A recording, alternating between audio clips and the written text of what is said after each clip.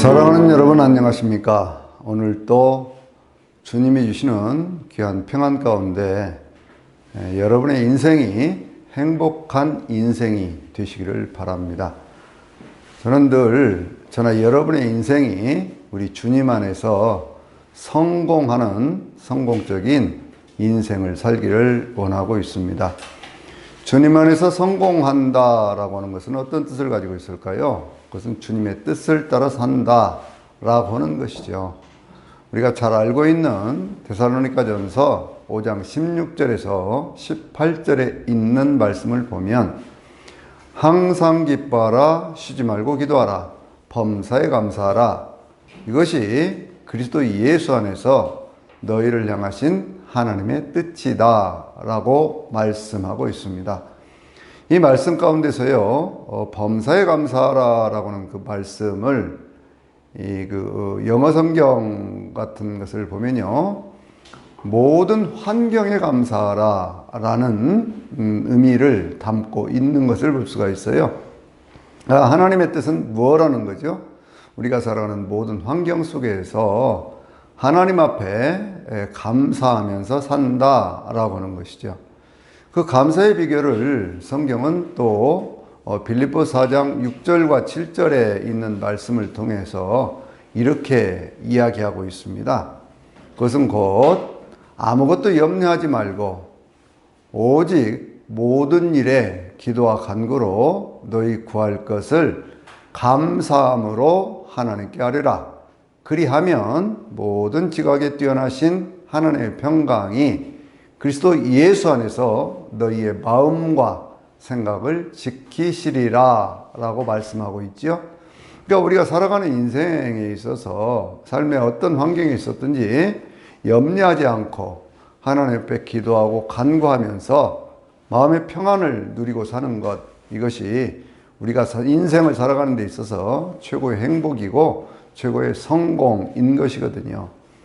근데 우리는 인간인지라, 육체를 가지고 살아가는 인간인지라 예수 그리스도 안에서 성공이라고 하는 것과 더불어서 세상적인 성공을 원하고, 또 세상적인 성공이 우리 인생의 행복을 담보해 준다라고 생각을 하지요. 세상의 성공이라는 것이 무엇일까요?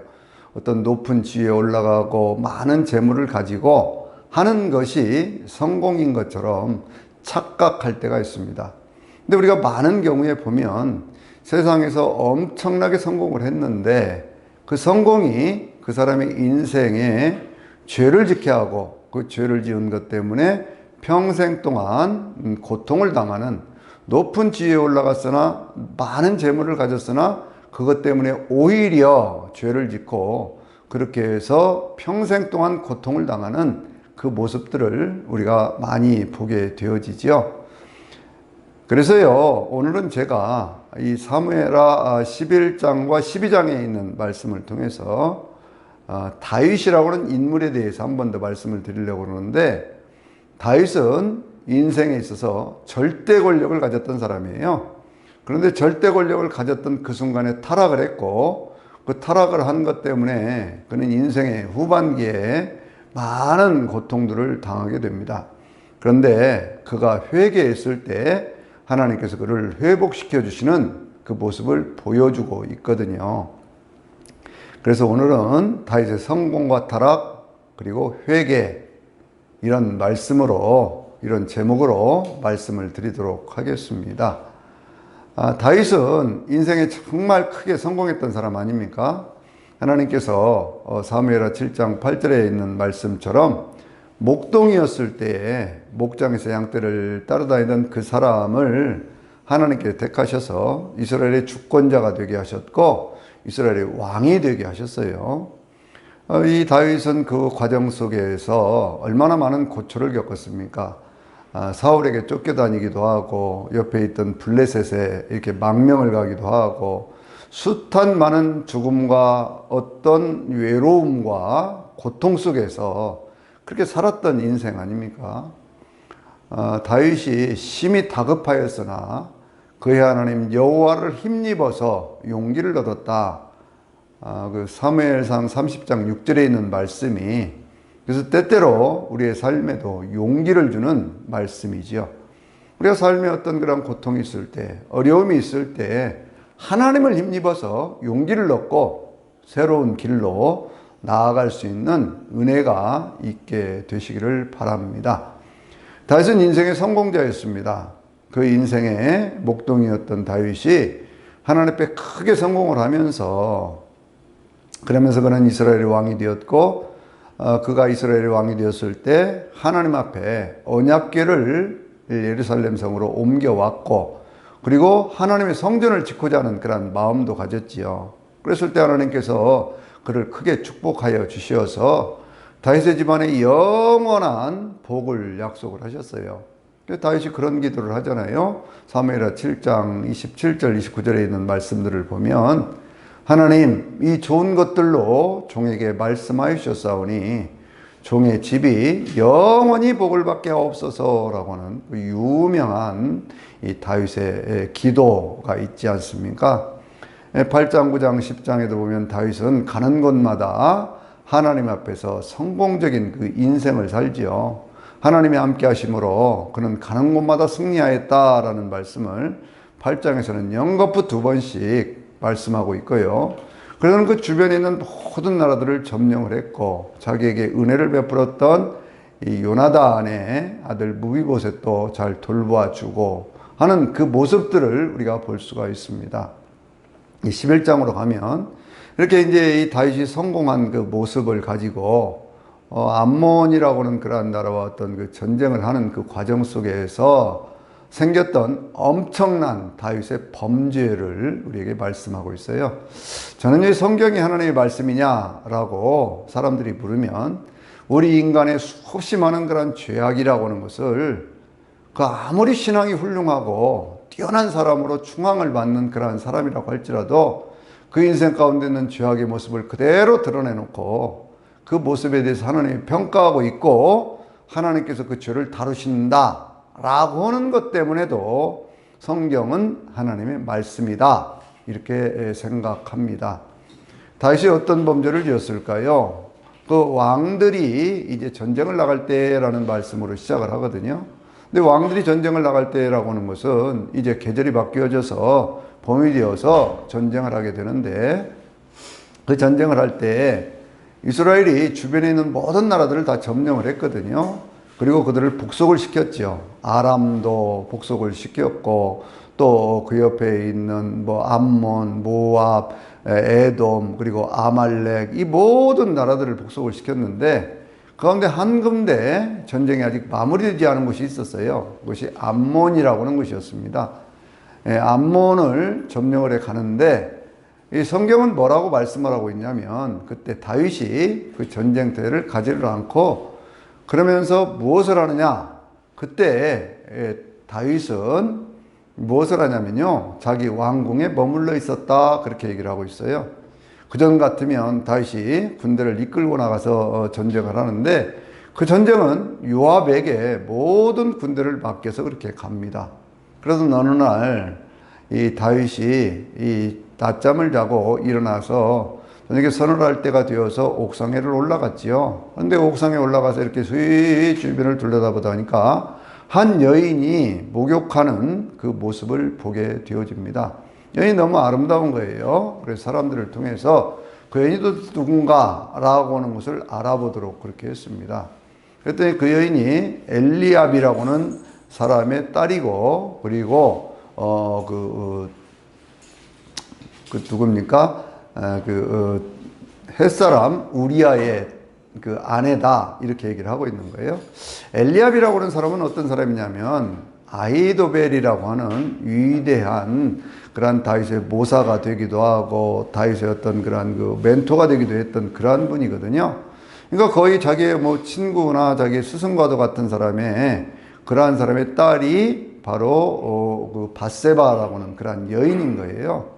근데 그 여인인 것을 알면서도 그 여인의 아름다움에 취해서 그 사람을 보내가지고요, 그 여인을 자기 왕궁으로 이렇게 데려오게 됩니다. 그 여인과 동침을 하게 되고, 그러면서 그 여인이 어떻게 했습니까? 아이를 갖게 된 거예요. 다윗은 거기까지 생각을 못했겠죠. 아이를 임신할 것이다 라는 생각은 못했을 겁니다.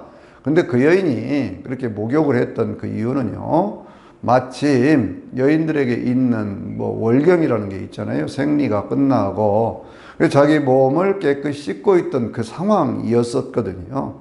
그러니까 이제 이 여인이 벨한계가 되어서 마침 그때 그 한 번의 만남이 아이를 잉태하게 하는 그 일을 만든 것입니다. 성경은 뭐라고 말씀하고 있습니까? 내 이웃의 아내를 탐내지 말라라고 십계명에서 말씀하고 있잖아요. 그런데 다윗은 그 일을 저질러 버린 거예요. 그 일이 뭘로 이어집니까? 간음으로 이어지고 그것이 우리아를 살인으로 몰아넣게 되고 그러면서 많은 거짓을 행하는 그 모습까지 십계명의 거의 하반부에 있는 모든 말씀들을 어기는 그 일을 다윗이 저지르게 됩니다. 다윗 하면 아주 참 위대한 그런 왕으로 우리가 생각을 하기가 쉬운데 다윗의 인생에 있어서 가장 크게 성공했던 그 순간에 다윗은 욕심과 정욕에 이끌리게 되었고 욕심이 잉태한 즉 죄를 낳고 죄가 장성한 즉 사망을 낳느니라 라고 말씀하는 것처럼 그와 같은 모든 악한 일들을 그렇게 저지르는 모습을 볼 수가 있습니다. 어떻게 합니까? 그걸 감추기 위해서 요압과 함께 전쟁터에 가 있던 우리야라고 하는 장군을 예루살렘으로 불러 올리잖아요. 그래 놓고는 그 전쟁터의 상황을 물어봅니다. 요압은 잘 있는지, 그리고 거기 전쟁의 상황은 어쩐지, 뭐 이런 것들을 쭉 물어보고 난 다음에, 야, 오니라고 수고했으니 집에 가서 쉬어라 라고 얘기를 하면서 음식을 그렇게 이제 뒤따라서 보내는 그 모습을 보여주고 있지요. 만약에 그때 우리아가 집에 가서 자기 아내였던 밧세바와 동침을 했다면 그 자기의 범죄는 완전 범죄가 되고 그것을 가릴 수 있다라고 생각을 한 거예요. 그런데 우리아는 충직한 사람이고 아주 미련할 정도로 충직한 사람이에요. 그래서 그 사람이 그냥 그 왕궁 바깥에 있는 그 문 곁에서 그냥 거기서 자기와 함께 있던 부하들과 잠이 듭니다. 그럼 그 다음날이 되었어요. 다윗이 생각하니까 자기는 그것을 감추기 위해서 그런 짓을 했는데 우리아가 그 자기 계획대로 따라주질 않잖아요. 다음날 다시 불렀습니다. 왜 이렇게 집에 가 좀 쉬라고 그러는데 쉬지를 않느냐 그렇게 얘기를 하니까요. 우리아가 그 자기 이제 왕궁에다 불러놓고 잔치도 하고 뭐 술을 잔뜩 취하게 한 다음에 그렇게 얘기를 하니까 하나님의 언약궤도 아직 제대로 자리를 잡고 있지 못하고 그리고 요압 장군도 군사들도 다 그 전쟁터에 그렇게 있는데 나 혼자 어떻게 편안하게 집에 가서 아내와 동침할 수가 있겠습니까? 그렇게 얘기를 하거든요. 그 다음날도 여전히 그냥 성문 그 있는 곳에서 잠이 들어버리는 거예요. 거기서 잠을 자는 겁니다. 그러니까 다윗이 이거 이렇게 해서는 안 되겠구나 생각을 하고 아주 사악한 그런 계획을 세우는데요. 그것은 뭐냐면 편지를 써주죠. 그 편지를 누구 손에 들려보내요?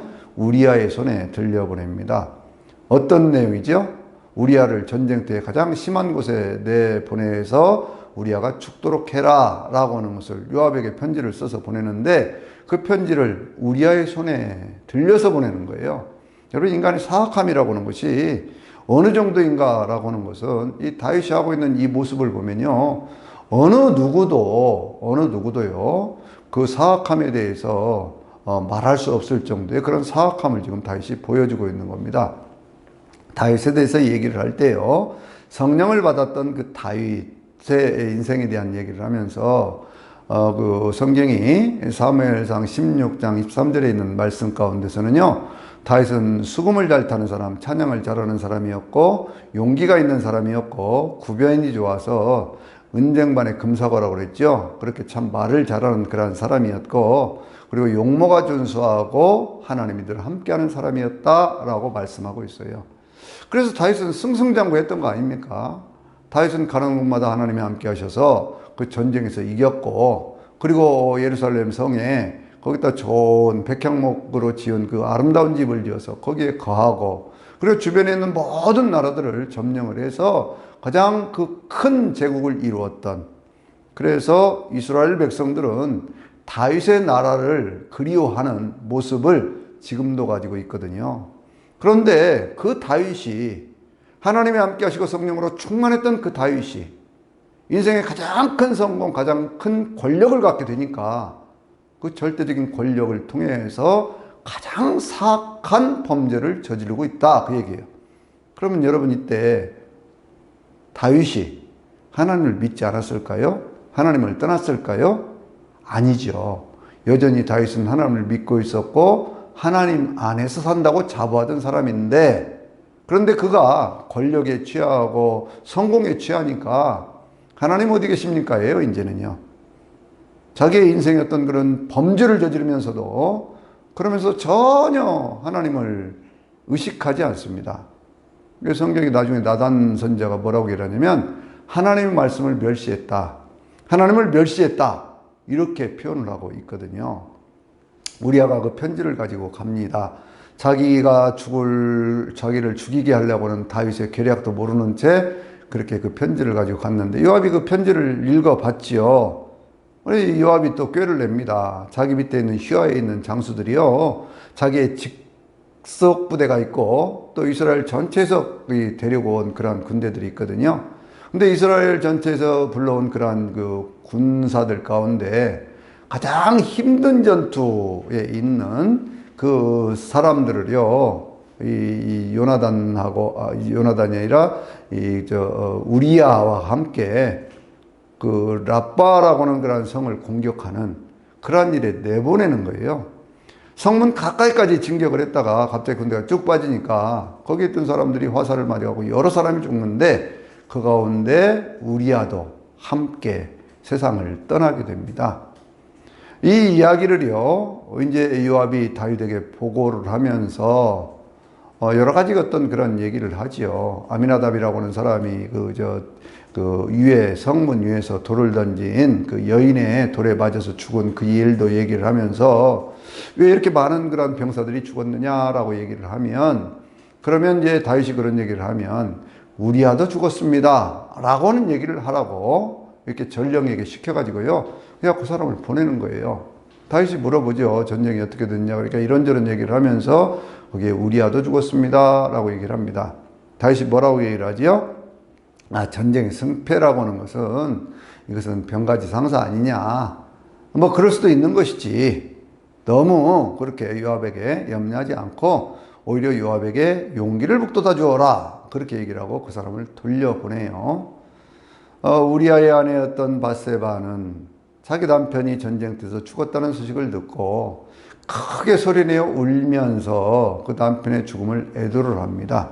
그런데요, 그 죽음이 다 지나간 그 다음에 그 다윗이 이 사람을 보내서요, 그 여인 밧세바, 그 여인을 자기 궁으로 데려다가 자기의 아내로 그렇게 삼는 모습을 보여주고 있습니다. 다윗은 이것이 완전 범죄라고 생각을 했겠지요. 그리고 자기가 왕이니까 자기가 한 일에 대해서 혹시 사람들이 안다고 하더라도 그걸 어떻게 하겠느냐, 아마 그렇게 생각을 했을 거예요.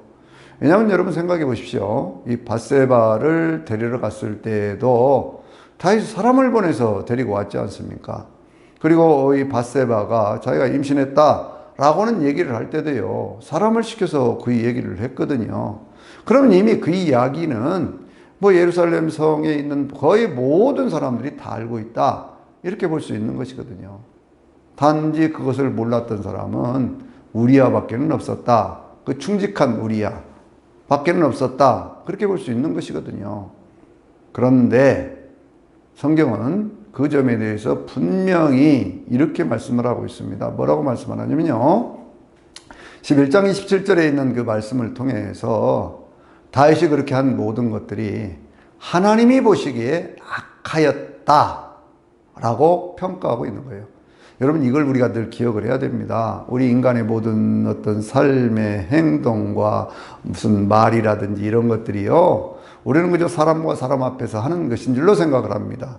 죄를 지으면 사람들 앞에 죄를 지었지라고 생각을 합니다. 그런데 하나님은 이미 하나님 앞에서 이렇게 살아라 라고는 하나님의 말씀을 우리에게 주셨어요. 그렇기 때문에 그 하나님의 말씀을 어기게 되면 그것은 하나님 앞에 죄를 지은 것이다 라고는 평가가 반드시 뒤따르게 된다. 하나님 보시기에 선했다. 하나님 보시기에 악했다. 라고는 그 기준이 절대적인 선과 악에 대한 판단의 기준이 된다. 라고 하는 것을 우리는 기억해야 되는 거예요. 하나님께서 12장에 보면 나단 선지자를 보냅니다. 나단 선지자는요, 늘 다윗 곁에 있어서 그렇게 하나님의 말씀들을 전해주던 선지 아닙니까? 그래서 이 나단 선지자는요, 다윗이 성전을 지어야 되겠다라고 생각을 하고 그 이야기를 할 때에도 그 일에 대해서 동의해 주었던 사람이거든요. 그리고 하나님께서 말씀을 주셔서 그 말씀을 다윗에게 전해 주었던 위대한 선지자가 있었어요. 그런데 그 나단이 이제 하나님의 말씀을 들고 찾아옵니다. 거기 아주 유명한 나단의 비유라고 하는 것이 있죠. 여러분, 이 비유라고 하는 것에 대해서 사람들이 착각하고 오해하고 있는 것이 있는데요. 그것은 뭐냐면 비유라고 하는 것은 다시 풀어야 되는 것처럼 생각하는 사람들이 있어요. 그런데 비유라고 하는 말 자체는 무슨 얘기냐 그러면 무엇과 이 사물과 저 사물을 비교를 해서 깨닫게 한다라는 거예요. 유자는 깨달을 유자거든요. 그렇기 때문에 그 이야기를 들으면 그 내용을 알게 되어 있는 거예요. 근데 그것을 마치 새로운 것으로 막 풀어야 아는 것처럼 이단들이 자꾸 이야기를 하면 사람들을 미혹하는데 그것은 대단히 잘못된 거예요. 비유라는 말 자체는 비교해서 깨닫게 한다, 그 얘기죠. 나단이 이야기를 시작을 합니다. 왕이시여, 우리나라에 이런 일이 있었습니다. 그게 무슨 일이에요? 어떤 부자가 있었고 어떤 가난한 사람이 있는데 이 부자는 양도 많고 소떼도 많은 사람입니다. 그런데 가난한 사람은요, 자기가 겨우 어떻게 해서 일 좀 해가지고 돈 좀 버는 것, 그 작은 돈을 가지고 새끼 암양 하나를 사서 자기 딸같이 키우고 있는 사람이 있습니다. 아, 그래요? 그럴 수 있지요. 그래서 어떻게 됐다는 거예요? 나단이 계속 얘기를 합니다. 그런데 어느 날 이 양떼도 많고 소떼도 많고 크게 부하다고 그랬어요. 아주 부자예요, 이 사람은. 그 집에 행인 하나가 찾아왔습니다. 행인이라고 하는 말은 나그네가 왔다고 얘기죠. 성경에서 가장 큰 덕으로 생각하는 것이 뭐예요? 나그네를 대접하는 거지요. 어렵고 힘든 고아 가부를 돌보는 거잖아요. 근데 이 사람이 자기 집에 왔으면 자기 집에 온 손님이니까 자기가 얼마나 많은 양떼 소떼가 있습니까? 그 중에 한 마리 잡아가지고 대접하면 될 터인데 그렇게 하지 않고 아주 가난한 사람, 자기 딸같이 그렇게 생각하고 그냥 품에 안고 자기도 하고 자기 인생의 모든 소망을 거기에다 걸고 자기 인생의 미래를 거기다 걸고 그렇게 암양을 키우고 있는 그 사람의 암양을 빼앗아다가 성경은 분명히 그렇게 표현하고 있습니다. 빼앗았다고 해요. 빼앗아다가 그렇게 가지고 그 양을 잡아서 그 사람을 대접을 했습니다. 라고 얘기는. 여러분, 이것이 왜 사악한 범죄냐면요. 그 암양을 키우는 새끼 암양을 키우는 그 사람의 심정을 한번 생각해 보십시오. 인생에 아무것도 없는 사람 아닙니까? 그래서 어떻게든지 조금이라도 일을 해가지고 벌은 돈 가지고 겨우 하나 장만한 것이 새끼 암양이에요. 그러면 그 사람은요, 그걸 키워가면서 이 암양이 커가지고 제대로 좀 잘 커서 그렇게 해가지고 그 새끼라도 나면 거기서부터 자기 살림살이가 좀 나아지겠다 생각을 하고 얼마나 귀하게 키웠던지 자기 딸같이 그렇게 돌보았다. 품에 안고 잘 정도였다. 그렇게 말씀을 하고 있잖아요. 그러니까 이것은 단순히 암양 하나를 빼앗은 것이 아니고 그 사람의 인생의 희망, 그 사람의 인생의 꿈, 그 사람의 인생의 미래를 빼앗아 버린 거예요. 다윗이 그 얘기를 듣고 화를 내잖아요. 세상에 내가 다스리는 이 나라에 어찌 그런 일이 있을 수 있단 말입니까? 그 사람은 자기가 빼앗은 것에 4배를 갚아야 할 것입니다. 라고 얘기를 하는 거예요. 나단이 그 얘기를 듣고 빤히 다윗을 쳐다보면서 딱 한마디를 하지요. 뭐라고 얘기를 합니까? 당신이 바로 그 사람입니다. 이렇게 얘기를 하는 거예요. 다윗이 그 얘기를 듣고요. 아하, 내가 사람들 앞에서 다 감춘 줄 알았고 사람들이 모르는 줄 알았는데 그런 것들까지 하나님은 다 알고 계시는구나 하는 것을 깨달으면서 하나님, 제가 범죄했습니다. 하나님, 제가 죄를 지었습니다. 라고 고백을 합니다. 나단이 계속해서 책망을 합니다. 내가 목동이었을 때에, 하나님 말씀을 전하는 것이죠. 목동이었을 때에 나는 예를 들어서 내 집안의 어떤 그런 이스라엘의 주권자가 되게 했고 내 주인의 모든 것들도 너에게 주었고, 그러면서 하나님 하시는 참 가슴 아프면서도 우리를 찡하게 하는 그 말씀이 있어요. 뭐라고 말씀하냐면요, 내가 이런 것들이 부족해서 나한테 더 달라고 그랬으면, 네가 가진 것 말고 너에게 준 것 말고 내가 더 달라고 했으면 내가 그것도 주었을 것이다. 근데 어째서 너는 햇사람 우리아를 저 암몬 족속들의 칼에 의해서 죽게 하고 그 아내 밧세바를 빼앗아서 내 아내를 삼았느냐, 이렇게 말씀을 하시는 거예요. 그러면서 너는 이 일을 이렇게 아무도 모르는 밤중에 그런 일들을 행했지만 나는 백주 대낮에 내 집안에 이런 일들이 일어나게 할 것이다 라고 말씀하면서 칼이 이제 내 집안을 떠나지 않게 되리라 라고 말씀하면서 아주 혹독하게 다윗을 책망하시는 그 모습을 볼 수가 있습니다. 내가 그렇게 해서 태어나게 될 이 아이도 죽게 되리라 라고 말씀을 하시는 거예요. 다윗이 거기에서 그게 깨닫고 회개하고 그렇게 하나님 앞에 눈물을 흘리지만 우리가 늘 기억해야 될 것이 있어요. 그것은 뭐냐면 하나님이 그렇게 회개하는 이 다윗을 바라보면서 너는 죽지 않는다 라고 말씀을 하셔요. 당신의 죄를 하나님은 용서해 주셨습니다. 당신은 죽지 않을 것입니다 라고 얘기를 합니다. 근데 문제는 뭐냐면 다윗이 그때 바로 죽지는 않았지요. 그리고 다윗에게요, 어떤 뭐라고 그럴까요? 그 속에서 어떤 여러 가지 어떤 많은 문제들이 죽지는 않지만 남은 생애 동안에 그 일 때문에 수없이 많은 그 고통들을 겪게 되는 모습을 우리가 볼 수가 있어요. 그래서 하나님은 죄는 용서하시되 죄과 그 죄의 결과에 대한 것은 책임지게 하신다 라고 하는 것을 우리는 알아야 되는 거예요. 인생의 죄, 우리는 늘 하나님 앞에 죄를 짓죠. 그런데 죄를 지으면 하나님이 용서해 주십니다. 언제요? 회개할 때. 회개가 없는 죄는 용서하지 않습니다.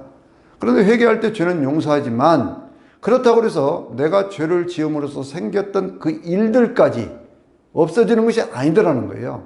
그리고 죄를 통해서 생겼던 그 일에 대한 벌을 하나님이 받게 하시더라. 그래서 하나님은 공의의 하나님이에요. 계시록 19장 11절에 있는 말씀 보면요, 재림하시는 예수님의 모습이 나타나고 있는데 그 재림하시는 예수님은 어떻게 하시느냐 그러면 그는 공의로 세상을 심판하신다 라고 말씀하고 있거든요. 공의라고 하는 것이 뭡니까? 죄에 대한 것은 반드시 심판이 있다 그 말씀이에요. 죄를 지었는데 죄를 용서해 주었으니까 그 죄의 어떤 그런 결과도 없어진다, 그건 아니라는 거예요. 인생의 어떤 그 문제에 대한 네가 일으켰던 그 문제에 대한 그 책임은 너도 져야 된다 그 말씀이에요. 사람은 살려주지만 그 죄에 대한 대가는 반드시 치르게 하시는 그 모습을 우리가 볼 수 있는 거거든요. 그래서 성경은 죄에 대해서 깊이 생각하라고 말씀하고 있고, 성령께서 오시면 요한복음 16장 8절이죠. 8절에 성령께서 오시면 성령은 죄에 대하여, 의에 대하여, 심판에 대해서 알게 하신다라고 말씀하고 있어요. 그런데 우리는 하나님 앞에서요, 저도 살아가면서 수없이 많은 죄를 지었고 그 죄의 어떤 그런 결과 때문에 고통도 당하고 그렇게 사는 인생입니다. 그런데 이러한 말씀들을 보면서 우리가 깨닫고 알아야 될 것은 뭐냐면, 그런 문제들이 다가오기 시작할 때, 이것이 죄구나 라고 하는 것이 다가오기 시작할 때요, 느껴지기 시작하면 그 순간에 그 죄를 멀리 할 수 있는 그 믿음을 이제 우리는 가져야 되겠더라 그 얘기예요. 그래서 저도 나이가 들어가면서 그런 것들이 젊었을 때에는 깨달아지지 못했던 그런 것들이 많이 깨달아질 때가 있어요. 그럴 때마다 그것을 되도록이면 최대한 멀리 하려고 하는 그런 다짐, 결심을 가지고 살아가고 있거든요. 그런데도 그게 잘 안 되더라고요. 그런데 문제는 뭐예요? 그런 일을 저지르고 나면 반드시 거기에 대한 대가를 치러야 된다 그거예요. 자, 다윗을 보십시오. 하나님께 살려주셨습니다. 그런데 그 뒤에 어떻게 됩니까? 아이가 태어났는데 그 아이가 죽게 되지요. 그 하나님께서 그 아이를 쳤습니다. 그랬더니 병이 들었어요. 다윗이 그 앞에서 그냥 하나님 앞에 눈물을 흘려가면서 그렇게 회개를 하는데 일주일을 금식하면서 그렇게 하거든요. 다윗이 시편에서 그런 말씀을 하고 있잖아요. 내가 눈물로 침상을 띄었나이다. 밤중에 눈물로 침상을 띄었나이다. 이게 회개하는 다윗의 모습입니다. 일주일을 금식하면서 하나님, 아이 살려주세요. 잘못은 제가 했는데 왜 저 아이가 죽습니까? 그런데 그 아이가 죽습니다. 그때 지었던 그 시편 가운데요.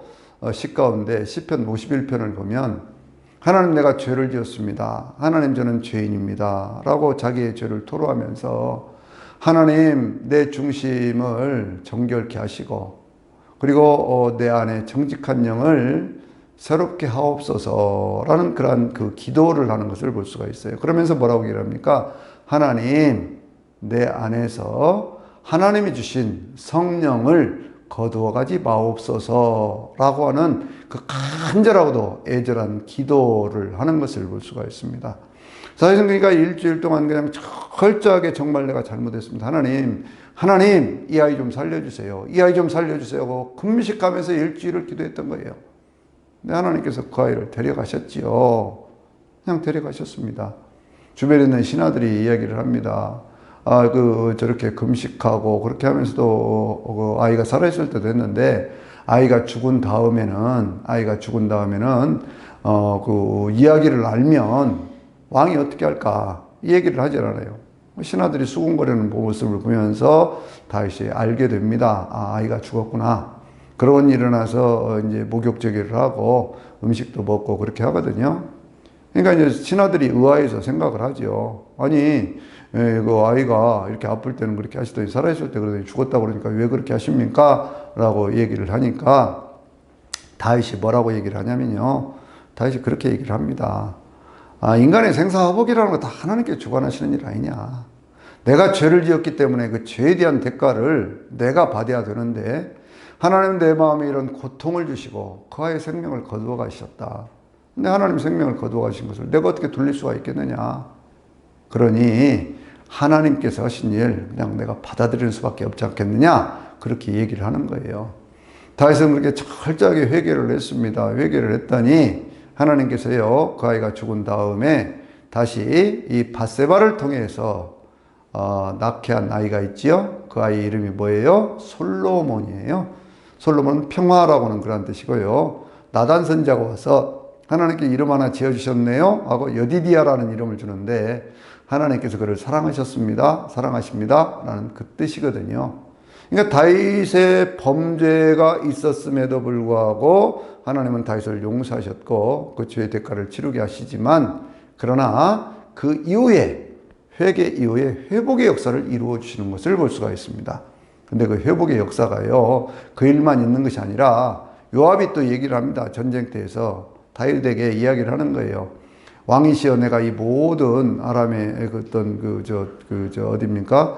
암몬의 그 모든 것들을 다 점령을 했고, 마지막 남은 곳이 라빠라고 하는 그런 도성인데, 이 도성도 거의 다 점령을 했습니다. 그러니 이제 왕이 와서 이 전쟁을 마무리를 해 주십시오. 내가 만약에 이것들을 다 점령을 하고 나면 그 다음에 사람들이 이야기하기를 그것은 요압의 성이다 이렇게 할까 두렵습니다. 그 얘기를 하는 거예요. 요압이 지혜로운 거지요. 자기가 모든 공을 차지하려고 하지 않고 이 라빠라고 하는 그 암몬의 도성을 점령하는 일을, 그 공을 이 다윗에게 돌리려고 하는 것이거든요. 라빠라고 하는 것은요, 큰 성이라는 그런 뜻도 있고요. 거기에는 물이 솟아나오는 용천수가 있는 그곳이었다고 그래요. 그래서 그곳이 물이 나오기 때문에 그래서 암몬의 수도가 되었다 그렇게 얘기를 하거든요. 다윗이 와가지고 그 성을 점령을 하고 거기에 있는 왕이 쓰고 있던 왕관, 그러니까 거기에 보석도 박혀 있고 금으로 되어 있는 아주 큰 왕관, 한 달란트라고 그러니까 굉장히 그 화려하고 무거운 그런 것이었겠지요. 그런 왕관을 빼앗아 자기가 쓰고 거기에 있던 모든 암몬에 있던 사람들을 데려다가 일꾼을 삼아요. 뭐 나무도 패게 하고 뭐 돌도 쌓게 하고 뭐는 그런 일꾼들, 그런 노예로 부리게 되었다라는 말씀으로 12장은 마무리하고 있습니다. 그런데 13장부터요 거의 20장까지 있는 그 말씀들을 보면 거기에는 어떤 얘기들이 있느냐 그러면요 이 다윗의 인생 가운데 생겼던 그 죄의 결과로 생겼던 하나님이 칼이 내 집안을 떠나지 않을 것이라고 말씀하셨던 그러한 일들이 계속 생겨나는 것을 볼 수가 있어요. 그것이 뭡니까? 바로 압살롬이라고 하는 그 자녀의 반란 사건이죠. 그 앞에는 또 어떤 사건이 있습니까? 암논이라고 하는 다윗의 큰아들이 있었는데 압살롬에게는요, 둘째 아들은 죽고 셋째 아들이었던 이 압살롬에게는 다말이라고 하는 아름다운 누이가 있었거든요. 근데 암논이 이렇게 이 다말을 겁탈을 하고 그것 때문에 또 그 압살롬이 암논을 죽이고 그러면서 이 압살롬이 계속 반란을 일으키고 그렇게 갖고 하는 이야기들이 이제 이 그 13장부터 나오는데요. 이 13장부터 있는 그 20장까지 있는 말씀들은 제가 다음 주에 이렇게 쭉 말씀을 드리면서 다윗의 인생 가운데 어쨌든 간에 죄를 지었는데 이 죄를 용서했다고 해서 죄의 어떤 그런 생겼던 그 일들, 죄로 인해 생겼던 그런 일들까지 다 없어지는 것이 아니다. 이걸 기억하자고 제가 말씀을 드리는 거예요. 하나님은 죄를 지은 인간이 회개하면 회개했기 때문에 회복을 시켜주시지만 그러나 이미 지어버린 죄 때문에 생겼던 그 문제들에 대한 것들은 반드시 그 대가를 치르게 하신다. 그렇기 때문에 하나님은 공의의 하나님이시다. 라고 하는 것을 우리는 기억해야 됩니다. 늘 우리가 그런 생각할 때도 있습니다. 세상 살다 보면 참 해석이 잘 안 되는 것들도 있어요. 그것이 뭐냐면 착한 사람들이 세상 가운데 고생을 많이 하고 그렇게 살다가 일찍 세상을 떠나는 사람들도 있고 악한 사람들은요 온갖 못된 짓 악한 짓 다 하는데도 장수하다가 그러다가 세상을 늦지막히 떠나는 그런 경우들도 있거든요. 그럴 때 사람들이 의문을 갖고 그 이야기를 할 때가 많이 있죠. 그래서 저는 이렇게 얘기를 합니다. 착한 사람들 왜 하나님이 먼저 데려가실까? 그러면 이 세상에서, 이 약한 세상에서 더 이상 고생하지 말고 하나님 계신 곳에 가서 편안히 안식할 수 있도록 그렇게 데려가신다.